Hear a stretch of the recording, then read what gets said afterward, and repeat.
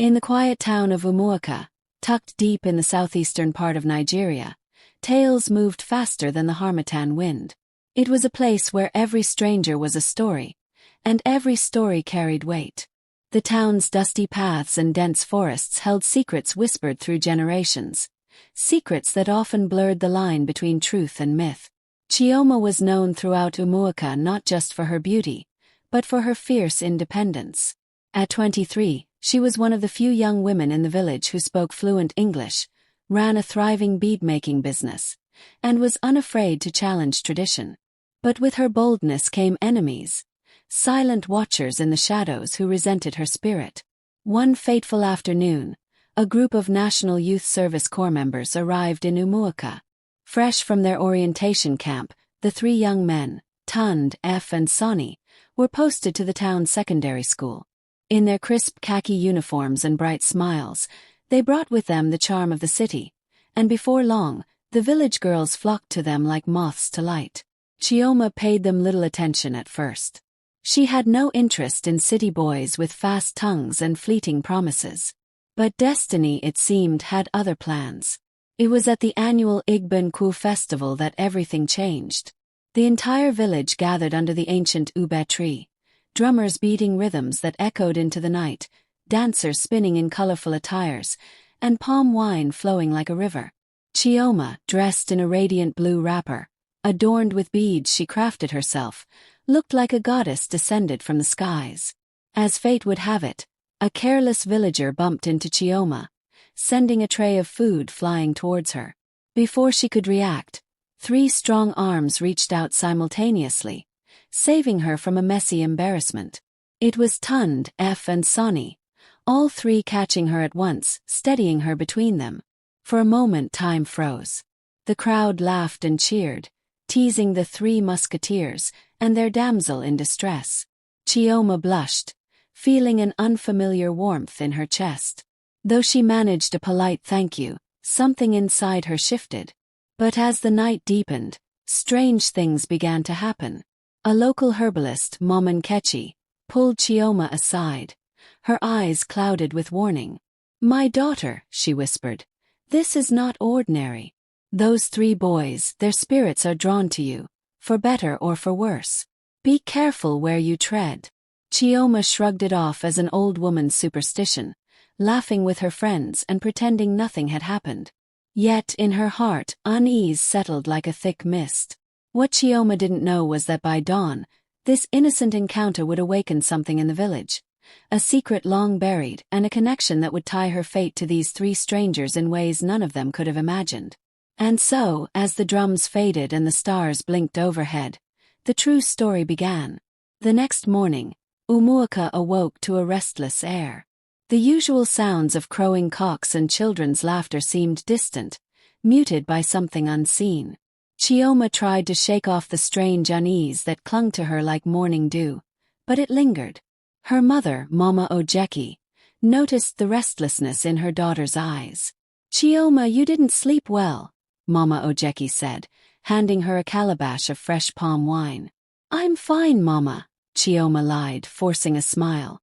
Later that day, while at her workshop near the market square, the 3 CORPERS appeared again. Tund, tall and confident, F quiet with gentle eyes, and Sonny, always smiling with mischief in his voice. They greeted her warmly, offering to help her carry her wares to the evening market. Though she hesitated, a strange curiosity tugged at her. Something about them, about how they seemed drawn to her like iron to a magnet, both unsettled and intrigued her. She agreed. As they walked through the forest path leading to the market, a sudden gust of wind howled through the trees. The leaves shivered, and an eerie chill filled the air. Out of nowhere, a group of masked masqueraders emerged from the woods, their painted faces and rattling staffs sending fear through the group. It was odd. Masqueraders never appeared without warning, and never this deep in the forest. Chioma's heart pounded. The 3 CORPERS instinctively formed a protective circle around her, shielding her from the advancing figures. The masqueraders chanted in a language none of them understood, except for a few chilling words. "The bond is sealed. The spirit bride has returned." Before they could react, The masqueraders vanished as quickly as they had come, leaving behind nothing but the rustling of leaves. Tund was the first to speak, his voice trembling. Did anyone else hear that? Or am I losing my mind? F rubbed his arm, the hair standing on end. They called her a spirit bride. Sonny, usually the joker, had lost his smile. I don't like this. We should head back. But Chioma stood frozen. A memory stirred within her. Stories her grandmother once told about a young maiden promised in spirit marriage to 3 warrior brothers centuries ago. The maiden, refusing to submit, cursed the bond before her mysterious disappearance. Chioma's blood ran cold. Could it be true? Was she somehow connected to that ancient story? Was this why these 3 strangers were inexplicably drawn to her? I think we need to find Mom and Kechi, Chioma finally whispered. None of them argued. In silent agreement, they turned back, hearts pounding, each step heavier than the last. The sun dipped lower, painting the sky in shades of crimson, as though the heavens themselves knew that something ancient, something dangerous, had awakened. Chioma's destiny was no longer hers alone. It belonged to the 3 men walking beside her. Mom and Kechi's compound. The evening shadows had swallowed most of Umuaka. The old herbalist sat by a flickering lantern, grinding herbs into a wooden mortar. Without looking up, she spoke, her voice low and heavy. I've been expecting you. Chioma shivered. The 3 CORPERS exchanged uneasy glances, their courage worn thin by the day's strange events.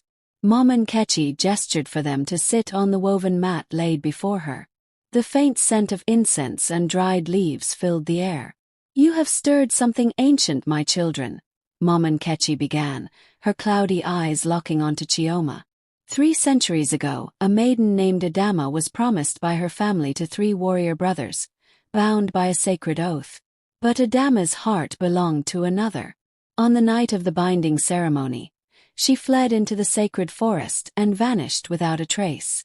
Her spirit cursed the bond, swearing that when 3 hearts found one soul again, the spirits would rise to claim what was lost. The room fell silent. The weight of the tale settled like a thick blanket. Chioma's voice cracked as she spoke. Mama, you mean I'm her? You carry her spirit, Mom and Kechi confirmed, nodding solemnly. And you, she pointed to Tund, F and Sonny, are the reborn warrior brothers. The CORPERS sat stunned, the impossible truth sinking in. But what does it mean for us? F asked, his voice barely above a whisper. Mom and Kechi smiled softly, surprising them. Not all curses are meant to destroy. Sometimes they exist to correct what was broken. The bond between you is ancient, yes, but it is not a curse of death. It is a bond of protection, loyalty, and love. Chioma's heart skipped. She looked at the 3 men and for the first time, saw not strangers, but pieces of a puzzle she hadn't known was incomplete. In their eyes she saw kindness, strength, and sincerity. Mom and Kechi handed them a small calabash filled with clear water. Drink, all of you. Let the past rest, and let the present choose its path. One by one they sipped. A warmth spread through them, lightening the heaviness in the room. The lantern's glow seemed brighter, the night less menacing. Your spirits are now at peace, Mom and Kechi announced. This bond will no longer haunt you. It will guide you. From that night everything changed. The fear and unease that once clouded Chioma's heart vanished. Tund, F and Sonny became more than friends. They became family, each carving a unique place in her life. And as time passed, it was F, the quiet one with gentle eyes, who won Chioma's heart completely. Under the same ancient ube tree where their story had begun, F proposed, and Chioma, tears in her eyes, said yes. The village rejoiced, celebrating not just a wedding, but the breaking of a centuries-old chain. In the end, what began in fear blossomed into something beautiful, proving that even the darkest histories can birth the brightest futures.